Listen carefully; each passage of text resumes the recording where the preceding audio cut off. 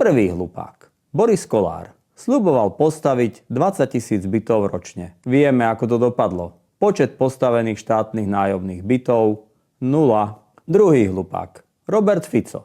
Projekt štátom podporovaného nájomného bývania. Po takmer 3 rokoch počet odovzdaných bytov 70. Ešte raz 70. Nie 707 000 alebo 70 000, iba 70.